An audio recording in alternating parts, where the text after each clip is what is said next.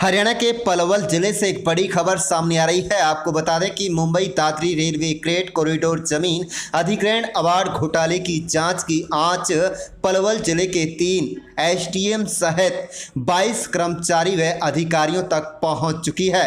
सरकार से मोटा मुआवजा लेने के लिए इन लोगों ने मात्र 78 गज जमीन के अवार्ड के लिए 150 परिचित लोगों को मालिक बनाया था और जमीन अधिग्रहण में लगभग 45,000 रुपये ले अवार्ड को बढ़ाकर 22 करोड़ तक पहुंचा दिया गया था।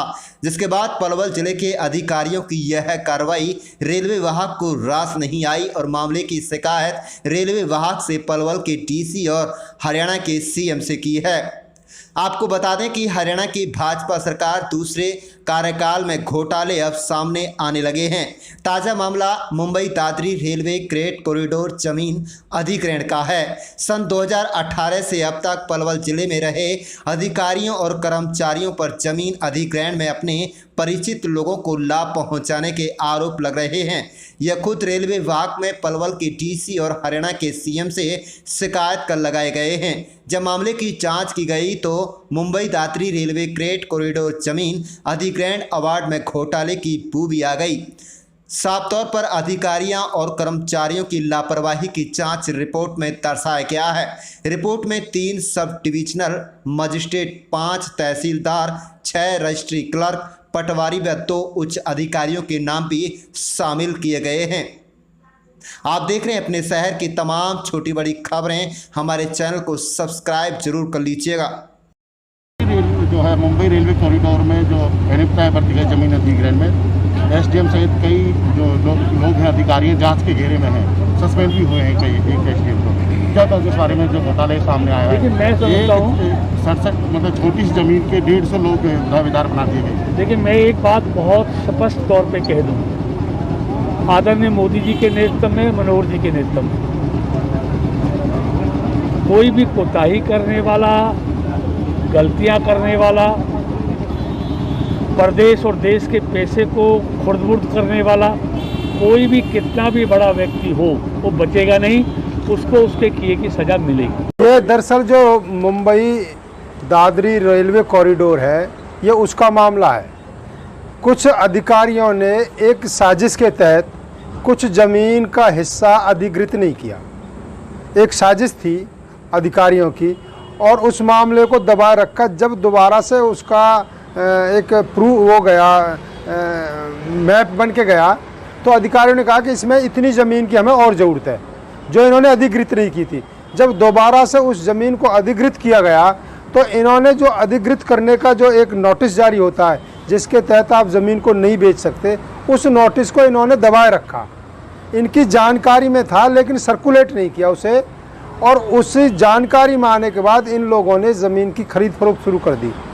कई लोगों ने करीब 493 लोगों ने छोटे छोटे टुकड़ों में 6 गज में, 7 गज में, 10 गज में, 12 गज में 40 लोग, 50 लोग, इस प्रकार से अनेक लोग शामिल होते गए और रजिस्ट्री करवाते चले गए। जब इसका अवार्ड सुनाने का टाइम आया तो एसडीएम जो थे उन्होंने इस मामले में जानबूझ के लापरवाही बरती, जबकि एक जो अकाउंट है यानी एक जो रजिस्ट्री है उस पर एक अवार्ड होना चाहिए।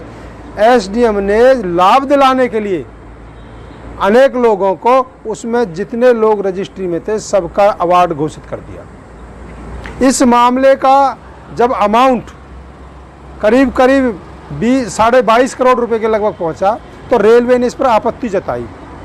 रेलवे ने इस मामले में डीसी को शिकायत दी लेकिन डीसी ने कोई कार्रवाई नहीं करी।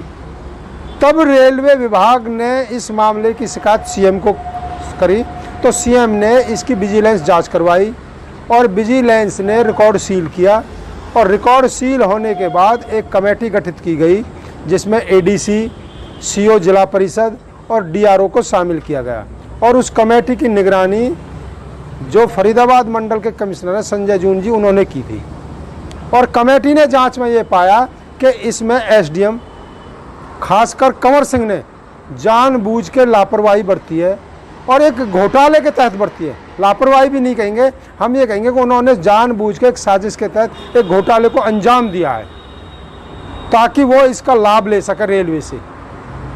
इस मामले में जो कागज़ जो सर्कुलेट होने के जो नोटिस आए थे, ज़मीन अधिग्रहण के जो कागज़ नोटिस डॉक्यूमेंट दबाए गए, उसमें 2 अन्य एसडीएम, तहसीलदार, रजिस्ट्री करने में डाटा एंट्री ऑपरेटर, क्लर्क, पटवारी, सभी को इस मामले में कहीं ना कहीं एक साजिश के तहत शामिल किया गया है। लेकिन इसमें जो और लोग हैं, जो छोटे कर्मचारी हैं, चाहे पटवारी हो, डाटा एंट्री ऑपरेटर हो, यहाँ तक कि तहसीलदार भी, उनका इतना कसूर नहीं बनता, जबकि टोटल ये एसडीएम की जिम्मेवारी है। इसलिए इस पूरा जो फोकस है वो एसडीएम के ऊपर जाता है। कितने रुपए की कितना जमीन? ये कुल में 100-150 गज जमीन है ये, जिसमें ये सारा खेल हुआ है। इसकी वैसे तो 40 या 45 हज़ार रुपये के लगभग बनता है इसका अमाउंट अधिग्रहण का, लेकिन ये एसडीएम ने अपने परिचितों को लाभ दिलाने के लिए करीब 22.5 करोड़ रुपए बना दिया। वो लाभ नौकरी के बेस में? वो रेलवे का एक रूल है कि रेलवे जिसकी पूरी ज़मीन अधिकृत करता है उसके परिवार को या तो वो नौकरी देता है या उसके भरण पोषण के लिए 5 लाख रुपए देता है। और रेलवे की इसी योजना का जानबूझ के लाभ उठाने के लिए ये सारा षड्यंत्र इन लोगों ने रचा है, और उसी षड्यंत्र के तहत रचने के तहत इनके खिलाफ सरकार ने कार्रवाई करी है। यदि और मामले की गंभीरता से जांच हो तो और अधिकारी इस घेरे में आ सकते हैं? नहीं, इस देखो ये मामला पूरे जगह सभी जगह है।